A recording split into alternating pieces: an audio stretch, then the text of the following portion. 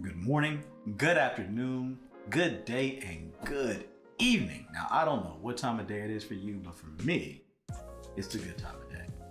We're back at it again. We are talking about one of my all-time favorite subjects. We are talking about this legal topic of mediation. And I guess this is as good a time as any to hop right into that disclaimer. What disclaimer, you might be asking? The same one that we did at last time and every time. That while this might be a legal topic, this is not, and I repeat as emphatically and as explicitly as I possibly can, this is not legal advice. So with that being said, we already talked about mediation almost ad nauseum, and granted, we are coming close to the end of this subject of mediation as far as this series that we're doing right now. So we've already talked about what mediation is. We've talked about mediation, 5 key, just outstanding reasons why, if you're involved in a court proceeding right now, why you need mediation in your life. We talked about the process of mediation, getting to mediation at this point. And now, today, we're going to be managing expectations. Yeah, we're talking about what to expect, not when you're expected, but what to expect getting ready to go into mediation. How does the procedures go? How does it proceed? What happens? We already know about the process of operating in the shadow of the law. Right now, we're going to be talking about what to expect, and we're going to hop right into it. Let's start.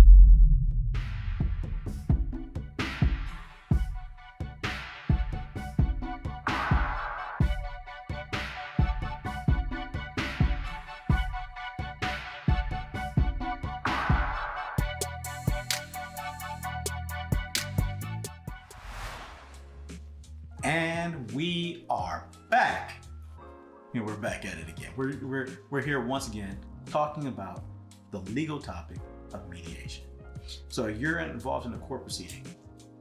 You have mediation, and you're here in the state of Texas.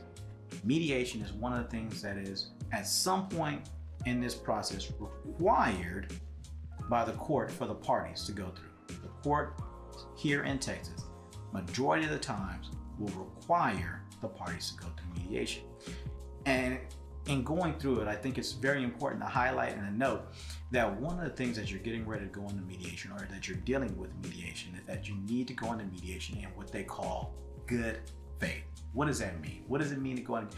It doesn't mean that you Marshawn Lynch it, whereas I'm just here so I don't get fined. Next week, I'm just here so I don't get fined. Or I'm just here so I'm not held in contempt. I'm just here so I'm not held in contempt. So in this case, mediation requires good faith, meaning that you are there and you are willing and able to mediate on either your behalf or the behalf of the party. And it's a very broad terminology as far as how it's been enforced or interpreted by the courts, aside from the fact that it does mean that you're there willing to mediate. So it's almost like the reasonable person analogy. What does that even mean? Be there ready to mediate. The rest of it, as far as how you want to narrowly define it, not so much, but be there ready to mediate. So you're there, you're ready to mediate. The court has now given you a date for mediation, or your attorneys have been going back and forth talking and dealing with one another. They're looking at possible settlements. There might be a sticking point. They request a date for mediation. Either way on how it goes, whether it's at some point before that process, the court is going to look at it and say, before we even schedule on our docket, before we schedule it on our schedule that you're going to come in here and you're going to be in court, you're going to come in here, you're going to go with one another, sit down in this process of mediation, and you're going to try to see if you guys can hammer out a deal before we go through the entire process of actually going to court, dealing with the court's time, and the judge at this point actually hearing the case, or the jury actually hearing the case. And this is a very important thing. So before it even gets scheduled that you have a court date, you'll normally have a mediation date here in the state of Texas. So what do you need to do? Do you need to bring anything? It depends on the mediator in many cases. Some mediators like to get all the documentation ahead of time, to look over everything, to get an idea of what the issues are that it looks like he's going to be dealing with or she's going to be dealing with, and to have in their mind, okay, these are possible issues, but once I hear it, at least I know what the standard of the law is that we're going to be dealing with, and how deep I need to either involve myself in it or not involve myself in it. Other mediators don't need any kind of documentation, don't want any kind of documentation or to understand. They just want to get it from the parties once they get in there and to see whether or not it's something that they can actually work with them on in order to get to a mediated settlement agreement, or MSA. That's what you're ultimately trying to get to, is that MSA. They're going to keep pushing. The mediators normally will be pushing for MSA. So now that you have your court date, everybody shows up. I'm sorry, not court date. Now that you have your mediation date, everybody shows up. They're there for the mediation. You arrive, they arrive. And I normally don't like to cover exceptions, and especially I don't like to cover exceptions before you talk about the general rule or the general procedure for how this proceeds. However, in this case, I think it's very important that we talk about a major exception to mediation that could derail the entire process. So even if you're representing yourself in what we call a pro se litigant, right? So if you're pro se and you're representing yourself, it's important to understand that the one case that we're dealing with, or the one possible issue that you might have here, is the case of domestic violence. If the case that you're walking through and you're dealing with and going to court over is a family case, and that case involves domestic violence, then the party that's alleging or stating that I've been abused, there's been domestic violence in my case, that party can request no mediation, and the court here in the state of Texas can require, or is required, not to schedule any mediation between the parties based off of domestic violence. And it uses must language, or it says shall, but that's must language to state that the parties are not going to be in mediation. However, if the party that has the allegation put against them, or the party that's being alleged to have committed domestic violence, can bring up evidence to show that that's not the case, and it's a standard the court uses, and you don't need to concern yourself with what the standard is as far as what it's called preponderance of the evidence.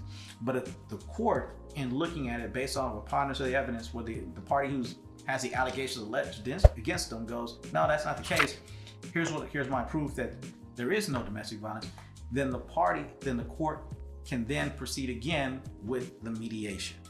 However, and it's an important caveat here again, the court must provide certain protections for the party that's alleging the domestic violence. So if they're in that situation, the court's going to provide some kind of protections, and one of the protections that's required by law and statute is that there will be no face-to-face interaction by the parties. So the parties are not going to have any kind of face-to-face interactions throughout the mediation. So the beginning part of how we would normally start mediation, if you had domestic violence and if you're able to overcome the allegation and actually still get to mediation, there will be no face-to-face interaction. So the first part of what we're getting ready to talk about does not happen in these type of cases. So if you're in a family case, you're going through a divorce, there's domestic violence alleged or anything along those lines, understand that this beginning part does not apply to your case. Here in the state of Texas, that is. So as you're going through that process, you get there, you're talking with the mediator introduces everybody, everybody sits down, or if it's virtual, everybody is there in their locations and all in the same virtual room. And it starts with, normally, the standard procedure is opening statements. The parties are then able to express themselves as to why they're there. And normally at this point, you've already gone through that process that we talked about last time, that process of discovery and exchanging all the documents, and everybody has a really good idea of what type of case is actually there, whether or not it's a good case, strong case, not a strong case, whatever it is, the parties have a really good idea at this point as to what it is and why the parties are there. So they're able to now get past, because now they have an idea of if all the elements have been met for the issue. In other words, you need to prove A, B, C, and D, and they know that looking at all the documents that have been exchanged, it's a pretty good chance that they can that it's going to be established A, B, C, and D. Or they're going to argue and try and get one out, but it looks like it's probably they have a good chance for A, B, C, and D to be there. So now we don't need to really talk about A, B, C, and D. We can talk about what the actual issues are. And because it's mediation, it's confidential. So any of the things that you bring up in this mediated settlement, this mediated conference that everybody's having, now all of a sudden it's confidential. You could talk about the things that actually bother you. You might not actually want the amount, well, I wouldn't say want, but you would actually settle for it in order to get it to go away today, a lesser amount. And that doesn't even come back up in court. So it doesn't come back up in court. You can actually talk about those type of things. Maybe you don't like the standard possession order, as we talked about in a couple episodes ago. The child normally has practice at whatever the event, soccer practice on a Thursday. And it would be better if you, instead of having a Wednesday and the first, third, and fifth, but if you can do it on a Thursday, and instead of that, we know that during the soccer season, then you can actually start working those things into your mediated settlement agreement. And that's outside of or in the shadow of the law, but it's something that the court will uphold and the court will look at it, and that in your MSA is what the court will go by. So now you're at this point that everybody is here, they've expressed themselves. The party who started was able to express themselves here, which is normally, it starts off with most mediations with the petitioner or the plaintiff, the person bringing suit. Then the other party is able to do the exact same thing and unburden themselves. The defendant or the respondent is able to now go in there and do the exact same thing. And you're able to sit there and talk about the issues that actually concern you, why you're actually here. It might not be A, B, C, and D on why you're here. It might be something else. And if we can get that issue resolved, then everything else resolves it. As in everything else, you can, normally the parties are pretty close or in agreement on. And normally with mediations, when you're scheduling them, you either schedule them, most mediations, either half day, which is about approximately 4 hours, or full day, which is 8 hours. And if it's under 6 figures, that's normally the amount, what they call the amount in controversy, the amount that's being sued for. If it's under 6 figures, normally you can get it done in half or full day. My experience has been that anything over that, it's going to be multiple days that you're going to have mediated settlement. You know, that conference is going to happen on multiple days. And you can still get to, and we've been very successful in still being able to get to settlements, even when you have amounts that are that high. So when looking at it and going through this process, the parties start off in the same room. Again, unless you have that exception. Once the parties started off in that same room, if they're represented by attorneys, normally the attorneys will recommend or will prefer that the parties now branch out and they has them and their client in one room, the other client and their attorney in another room. That's normally the process, and the mediator will bang back and forth between the rooms, either in person or virtually. Doesn't really matter either or. The process, that procedure is still going to stay the same. And it'll go back and forth multiple times, relaying information from one room to the other. Would you be okay with this? Well, what if we can think outside the box and do da-da-da-da-da-da? Well, this could still be, you're going to go back and forth doing that.